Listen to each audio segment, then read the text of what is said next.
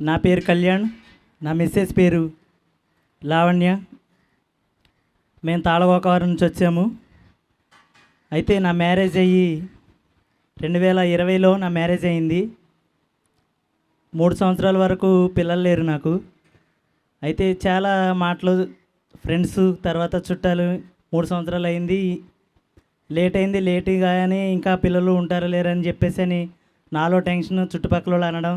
నాకు తెలిసిన వాళ్ళు రిలేషన్షిప్ ఇక్కడికి పలానా ఇసాక్ అయ్యగారు ప్రార్థనా శక్తి అయ్యగారి దగ్గరికి వెళ్తే అయ్యగారు ప్రార్థన చేయించుకుంటే తైలాభిషేకం చేస్తే ఏదైనా జరుగుతుంది, పిల్లలు కూడా పుడుతున్నారని చెప్పేసి అని అన్నారు.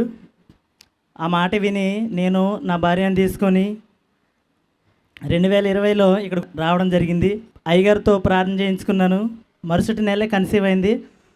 చాలా సంతోషంగా కన్సీవ్ అయిన తర్వాత పాప అయినా బాబు అయినా పర్లేదు అనుకున్నాం. అప్పుడు పాప పుట్టింది.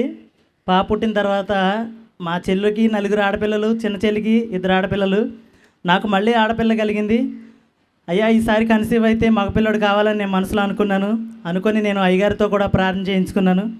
ప్రార్థన చేయించుకొని మరలా వచ్చినప్పుడు అయ్యగారితో మాట్లాడి, అయ్యగారు ఇట్లా మళ్ళీ రెండోసారి కన్సీవ్ అయింది, ఈసారి బాబు కోసం ప్రార్థన చేయండి అయ్యగారు అంటే, అలాగే జరుగుద్ది వెళ్ళు అని అయ్యగారు తైలాభిషేకం చేయడం జరిగింది ఇసాక్ అయ్యగారు. అదే రీతిగా నేనైతే మనసులో అనుకుంటున్నాను బాబు కావాలని.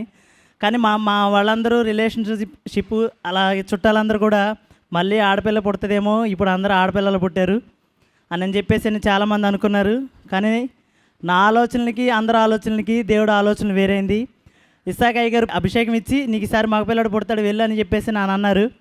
అలాగే దేవుడు మాకు మగబెట్టినిచ్చాడు. అయ్యగారి దగ్గరికి తీసుకురావడం జరిగింది. అయ్యగారితో పేరు పెట్టించాను.